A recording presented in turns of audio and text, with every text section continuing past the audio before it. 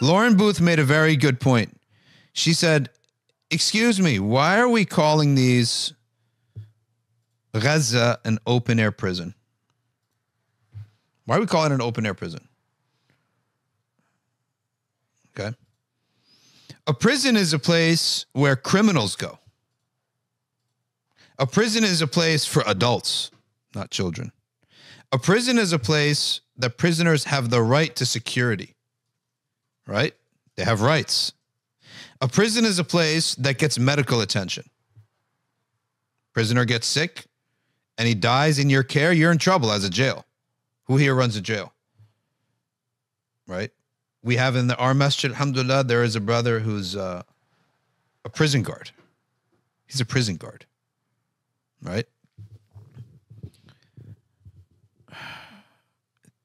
If a prison guard allows abuse, he's in trouble. If a prison guard sees a guy vomiting sick and he walks away, he's in trouble. He's liable. Prisons are places that receive medical attention. There are huquq, there are rights to the prisoner. I mean, she made a great point. Prisons are a place that get 3 meals a day.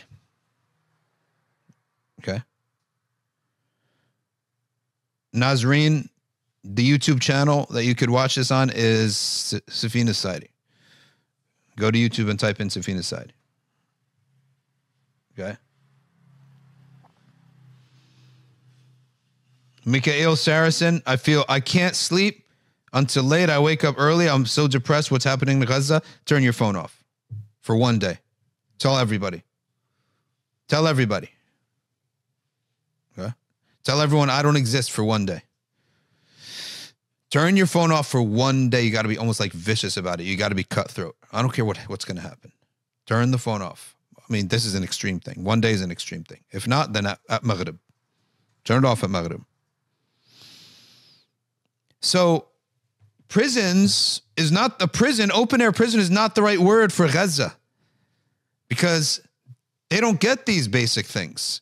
And there weren't criminals in the first place. What is the correct word for Gaza? She said, concentration camp. Oh, how could you say that concentration camp? That's only for Jews. Hold on a second. What's the definition of a concentration camp? A place where large numbers of people, okay, are crowded in oppressive conditions for political purposes. That's exactly what Gaza is. 70% of Ahl Gaza, all right, are refugees. Gaza right now, only 30% of that population were the original residents of Gaza. You tripled that population with refugees. Hence, it's extremely crowded, right? Extremely crowded. You tripled that population. All right? With refugees from the Nakba and other places. Nakba is the great catastrophe of when the year Israel was formed, they launched attacks on Palestinian property, land, and people. And they had, one of the places they left was Gaza.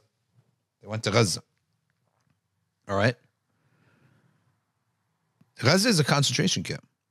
So why are the Zionists running a concentration camp? I have a spiritual analysis of this. It's because they never they internalized so much hatred for what happened to them. They ended up becoming, what they hated. When you focus on something positively or negatively, okay, you end up becoming that thing. If you keep telling yourself, do not think about a red car. Do not think about a red Ferrari. Do not think about a red Porsche. Doesn't matter whether I tell you to think about it or not think about it, you're going to think about it. All right? I want you to hate a bottle of poison. Okay, hate it or like it, I'm thinking about it. Okay? So, in contrast, the Muslim, when he is oppressed, he knows This oppressor is a test sent to me by Allah subhanahu wa ta'ala. It could be for sins that I committed to purify me. And it could be to elevate my rank.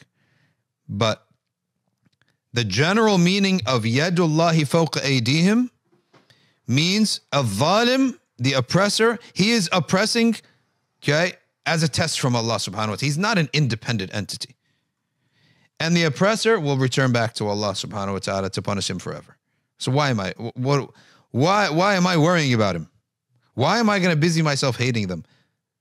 There is a spiritual element to everything, including suffering from an oppressor. We cannot let ourselves just boil on the inside for decades upon decades, hating the oppressor. Okay.